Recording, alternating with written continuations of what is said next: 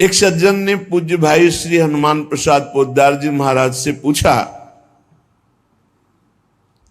कि साधना करते करते 20 साल हमको हो गए,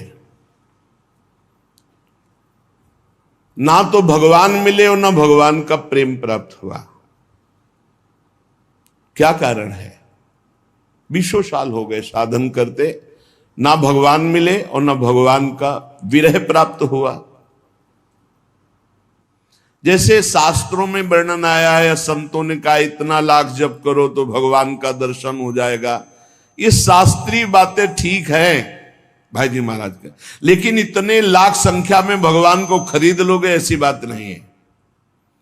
भगवान संख्या से नहीं मिलने वाले, भगवान संख्या से नहीं खरीदे जा सकते, तपस्या से नहीं खरीदे जा सकते, व्रत से नहीं खरीदे जा सकते, संयम नियम से नहीं खरीदे जा सकते।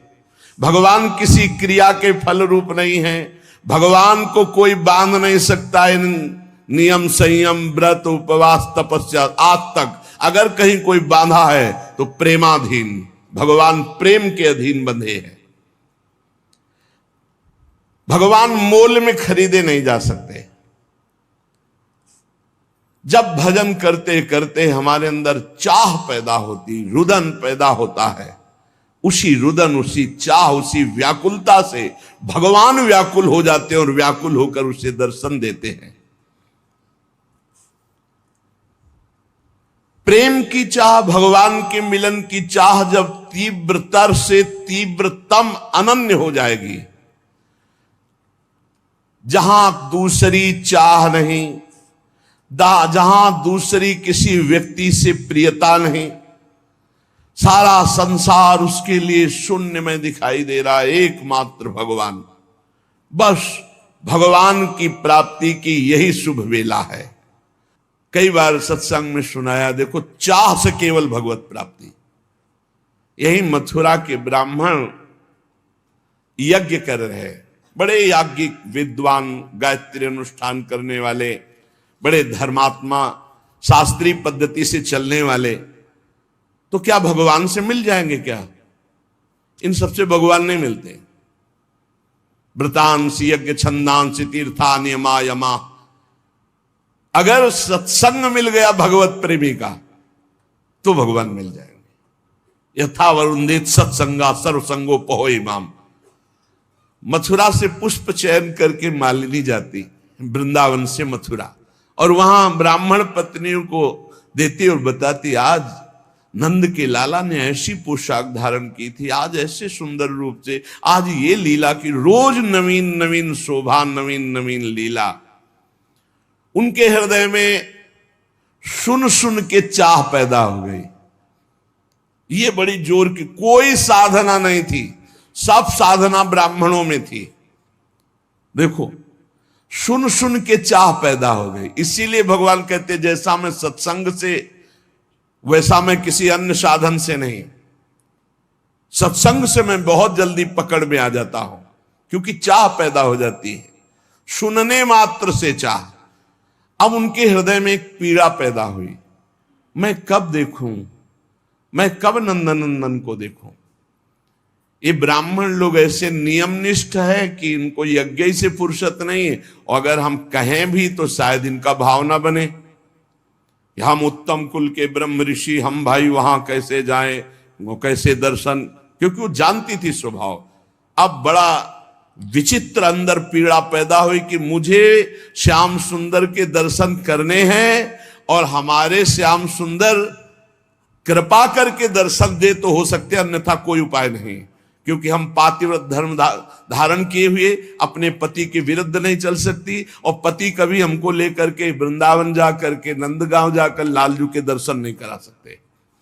अब अंदर से व्याकुलता हुई रोज सुनने के कारण, हे नाथ आप ही कोई विधान बनाओ और दर्शन दो। तो किसी किसी दिन प्रातः काल बिना छाक लिए, बिना भोजन लिए सखाओं के साथ चल देते और दिशा बता जाते कि आज इधर गौवें चराएंगे, तो घर वाले उधर छाक पहुंचा देते। आज ना दिशा बताई और ना छाक ले, मथुरा की तरफ गौवें चराते हुए चले गए। सखाओं ने देखा समय हो गया उनका, कन्हैया आज तो भूल हो गई, हमने घर वालों को बताया नहीं कि आज किस दिशा में जाएंगे, और छाक भी नहीं लाए, बहुत भूख लगी, अब क्या होगा, शाम के गौ में वापस घर ले चलना है। और इतनी भूख लगी कि असह्य हो गई, क्योंकि भगवान आज कृपा करना चाहते हैं मथुरा के ब्राह्मणों की पत्नियों पर। भगवान ने कहा सुनो, हमने सुना है पास में ही ब्राह्मण ब्रह्म ऋषि जन यज्ञ कर रहे हैं मथुरा के, यज्ञ भोक्ता भगवान श्री हरि को प्रसन्न करने के लिए, जाओ तुम मांगो जा करके उनसे। बोले प्रभु हमको वो देंगे? बोले कह देना कृष्ण बलराम आए हुए हैं, उनको भूख लगी, थोड़ा सा अन्न दे दो, जाके तो देखो, साष्टांग प्रणाम करना, हाथ जोड़ के करना। ऐसी बात, वो गए साष्टांग दंडवत की, महाराज श्री कृष्ण बलराम पधारे हुए हैं आज इधर, उनको भूख लगी, आप थोड़ा सा भोजन दे दो। वैदिक सिद्धांतों का पालन करने वालों ने जब देखा ये तो गौएं चराने वाले, ये यज्ञ भाग के अधिकारी थोड़ी कि इनको भोजन, बात ही नहीं की। बोले प्रभु कहां भेजा ऐसे निर्दयी हृदय वालों को कि वो एक बार हमसे बात भी नहीं की, देखा भी नहीं। बोले देखो निराश नहीं होना चाहिए, प्रयत्नशील बने रहना चाहिए, तभी सफलता प्राप्त होती। जाओ उनकी पत्नियों से कहो। बोले प्रभु जब पति नहीं दिए तो पत्नी, बोले उनसे हमारा परिचय है, उनसे हमारा परिचय है, वो अनन्य भाव से मेरा चिंतन करते हैं, जाओ तुम। वो यज्ञशाला से पीछे से जाकर जहां उनकी पत्नियां साष्टांग दंडवत किया और कहा भगवान श्री कृष्ण बलराम पधारे हैं और उनको भूख लगी। अरे अब तो अंदर की दबी हुई आग, कैसे श्री कृष्ण दर्शन मिले, अब तो प्रबल चाह, किसी की कोई परवाह नहीं। सहस्त्रों ब्राह्मण पत्नियां सुंदर सुंदर भोग थाल में सजाकर चल पड़ी, जिनको रोका उनके प्राण निकल गए और दिव्य देह से वहां पहुंच गए। भगवान ने स्वागतम वो महाभागा आश्चताम करवाम किम यन्नो दिदृक्षया प्राप्ता उपपन्नो मिदम हिवा। भगवान ने कहा और स्वागत है तुम्हारा, भगवान स्वागत कर रहे। स्वागतम वो महाभागा, ये दोनों के लिए प्रयोग किया है, ब्राह्मण पत्नियों के लिए भी और गोपियों के लिए भी। महाभागवती देवियों तुम्हारा स्वागत है, आओ आओ, तुम लोग हमारे दर्शन की इच्छा से आए हो, तुम्हारे जैसे प्रेम पूर्ण हृदय वालों के योग्य ही है। भगवान सात सखाओं के साथ बैठ गए, महायज्ञ उनकी पत्नियां कर रही, साक्षात यज्ञ भोक्ता भगवान को पवा रहे हैं। भगवान पाए, आश्वासन दिया, जाओ आज के बाद कभी तुम्हारे ऊपर कोई दोष दृष्टि से नहीं देखेंगे तुम्हारे पति आदि, क्योंकि हमने स्वीकार कर लिया, आप सब तुम्हारी आराधना करेंगे, सब तुम्हारी वंदना करेंगे। उनको लगा था वापस जाएंगी तो शायद दोष दृष्टि करे ब्राह्मण जन।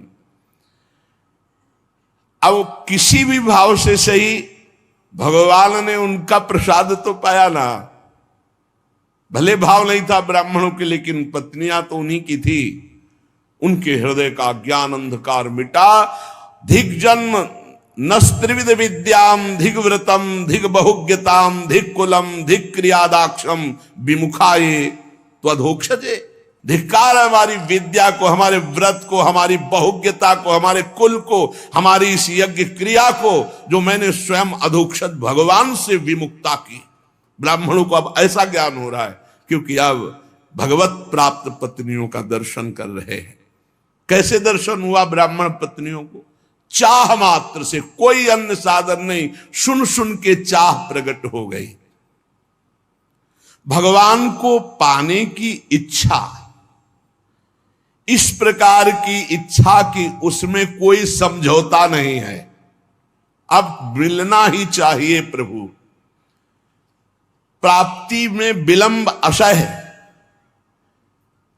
हमारी ऐसी स्थिति नहीं है। हम राजी हैं, खान पान विश्राम सुख सुविधा प्रणाम नमस्कार, इसीलिए वो बात नहीं बन रही। जैसे किसी का इकलौता पुत्र हो और वो भी बीमार होकर मरणासन हो, अब उसकी व्याकुलता, पूरे कुल का आंख का तारा वो भी मरने जा रहा, कैसा व्याकुल, उसको कितनी व्याकुलता होगी। पर यहां हमारे जीवन की शाम होती जा रही है, हम आए भगवत प्राप्ति के लिए, भगवत प्राप्ति हो नहीं रही, भगवत प्राप्ति से हम उदास हैं, भोगों में हम हर्षित हो रहे, कहां में सुख है।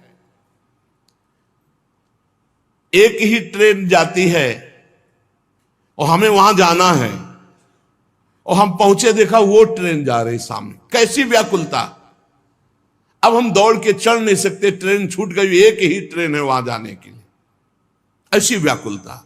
एक ही शरीर है जो भगवत प्राप्ति करा सकता मानव दे, और वो भी शाम होने जा रही, कब मृत्यु हो जाए कोई पता नहीं, और हम चैन से हैं। इसलिए भगवान से मिलन की चाह, जितने साधन है वे चाह पैदा करने के लिए है।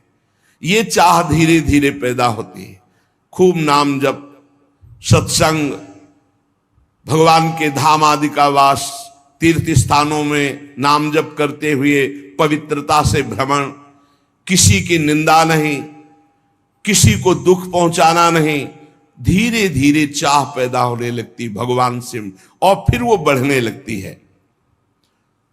बहुत लोग कहते हैं कि भजन से जब चाह होती तो भजन ही में हमारा मन नहीं होता। अरे भजन करने से होता है कि भजन होता है? भजन होता तो सिद्धों का है, भजन करना पड़ता है। कहते करना चाहते परंतु होता नहीं। मेरी बात समझ में नहीं आती कि तुम्हें भजन करने की भूख हो, तुमसे भजन नहीं होता।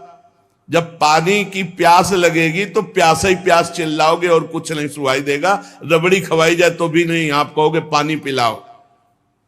यदि भजन की प्यास जग गई तो तुमसे भजन कैसे नहीं होता? अवश्य भजन की प्यास नहीं जगी, बातें केवल बनाते हो। सच्ची मानिए, जिनको अब कुछ प्राप्त करना नहीं है उनको भी तो देखो, भजन का पूर्वाभ्यास उनको चैन नहीं लेने देता। ये तो जाएगा, आज नहीं तो कल जाएगा, इसको क्या करना है, इसको सजा संभाल करके भगवान के चरणों में अर्पित करो जितने मिनट। अरे इतना कीमती समय जिसे तुम्हें ज्ञान नहीं है, बहुत यहां से जाना है प्यारे, कुछ साथ लेके नहीं जाना। खूब कमा लो, जितना नाम धन कमा लोगे मौज करोगे, लोक परलोक, ई परलोक सकल सुख पावत, ई परलोक सकल सुख पावत। धिक्कार है अपने को, यदि सत्संग मिला मानव देह मिली, भजन की महिमा सुनने को मिली, और फिर हम कहते भजन में मन नहीं लगता। मन लगने ना लगने से क्या, रात दिन भजन करो अभी मन लग जाएगा। जरा सी वृत्ति भजन से ऐसा लगा सूरदास जी को कि हट गई क्या, तो धिक्कार देने लगे। मौसम कौन कुटिल खल कामी, जिन मुको तन दियो ताको न भजन कियो ऐसो नोन हरामी।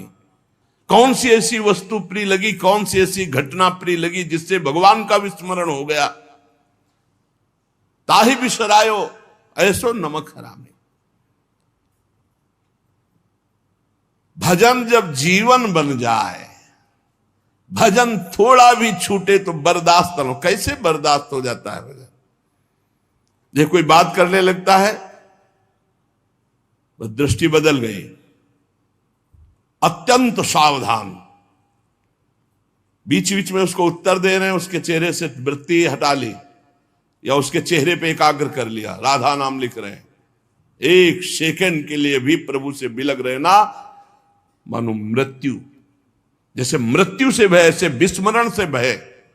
अभ्यास तो कीजिए। अरे दिव्यता ही दिव्यता, आप में आप भगवान के अंश हैं।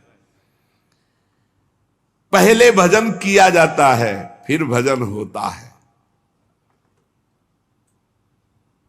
नित्य कर्म का जो नियम दिया जाता है वो भजन में प्रवेश पाने के लिए।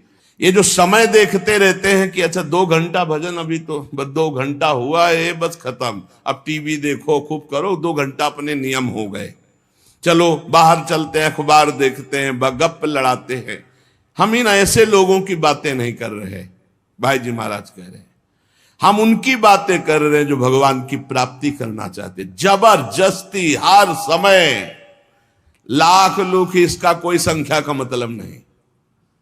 हर सब यही बात गुरुदेव ने बचपन में डाल दी, बलिहारी गुरुदेव की, जो और कोई सूत्र ही दिमाग में पूरे जीवन में जहां कहीं भी हुआ तो सब बातें सुननी, पर गुरुदेव की बात याद रखते थे कि कोई भी श्वास खाली ना जाए, हर समय भजन करना। बच्चा जब छोटे थे जगा के 2 बजे रात्रि, उन्हीं का जगाने का नियम, उन्हीं के जगाने की अभ्यास वृत्ति। 2 बजे रात उठ रे, तखत के नीचे ऐसे चटाई में सोते और ऐसे कुटिया में आप बैठते, उठ रे, देख 2 बज गए, किसान लोग बैल लेकर के हल जोतने जा रहे, तुम बाबा जी बनने निकले, अभी पढ़ो, बैठ, पहले भजन करवाते, फिर चलो स्नान आदि। बहुत अहोभाग्य जो ऐसे भजनानंदी गुरुदेव मिले, भजन प्रधान जीवन। किसी ने कहा लाख नाम जप करो तुम्हारा काम हो जाएगा, तो ये तुम्हें लगाने के लिए कहा जा रहा है। जरूरी नहीं कि तुम लाख नाम जप किए बस बंद कर दिए। हर श्वास, हर क्षण, तभी आप भगवत प्राप्ति, बात समझना। 1 लाख नाम जप कर लिया और समय बर्बाद किया, शेष तुम्हारी दुर्गति तो नहीं होगी, लेकिन जो प्रेम, जो भगवत साक्षात्कार, जो दिव्यता, वो नहीं आएगी आप में। तुम सच्चे व्यक्ति हो, ठीक ठीक बता दिए। जब संसार की व्यापार में घाटा होने पर जो बेचैनी होती है, वो आपके भगवत प्राप्ति या प्रेम प्राप्ति ना होने पर बेचैनी नहीं हो रही, तो इसमें भगवान का क्या दोष है? भगवान के अंदर कोई चाह नहीं है। कई बार सत्संग में सुन चुके हैं, आपकी चाह ही भगवान के अंदर चाह बनती है आपसे मिलने की। आप जितना विकल होंगे उतने वो विकल हो जाएंगे आपसे मिलने के लिए। भगवान अमना है, आपका मन ही वहां जाकर भगवान का मन बनता है, और भगवान के मन के अंदर आपसे मिलने की चाह पैदा, वो अमना है, वो अचाह है, वो पूर्ण काम है। चाह हमारे अंदर पैदा हुई नहीं कि प्रभु के अंदर चाह पैदा हो जाएगी हमसे मिलने के लिए। सज्जन ने कहा कि जो प्रश्न करता थे कि कई बार आपसे सुना है कि भगवत प्राप्ति बड़ी सरल है, भगवत प्राप्ति बड़ी सुलभ है, परंतु मुझे लगता है कि जिंदगी में अगर कोई कठिन काम है तो भगवत प्राप्ति है। तो भाई जी महाराज ने कहा, भैया भगवान का मिलना बहुत सुलभ है। भगवान किसी कर्म के फल से नहीं मिलते कि ये कर्म किया तो इसका फल हुआ भगवत प्राप्ति। भगवान चाह से मिलते हैं, व्याकुलता से मिलते हैं, रुदन से मिलते हैं। ये सारे कर्म इसलिए कहे जाते हैं कि तुमसे पाप कर्म ना बने, और जब पवित्र हृदय होगा तो भगवत प्राप्ति के मिलन की चाह प्रकट हो जाएगी, रोना आ जाएगा। भगवान मिलते हैं रुदन से, चाह से, व्याकुलता से, लालसा से। संसार के जितने भोग पदार्थ, अवस्था, स्थितियां, प्राणी, ये सब कर्म से मिलते हैं। जैसा आप कर्म करोगे वैसा पदार्थ मिलेगा, वैसे व्यक्ति का संयोग मिलेगा, वैसे सुविधा मिलेगी, वैसे ही असुविधा मिलेगी, वैसे ही आपको तिरस्कार, अपमान, जैसा कर्म करोगे। लेकिन भगवत प्राप्ति कर्म का फल नहीं है। पूज्य भाई जी महाराज कह रहे भगवत प्राप्ति चाह का फल है।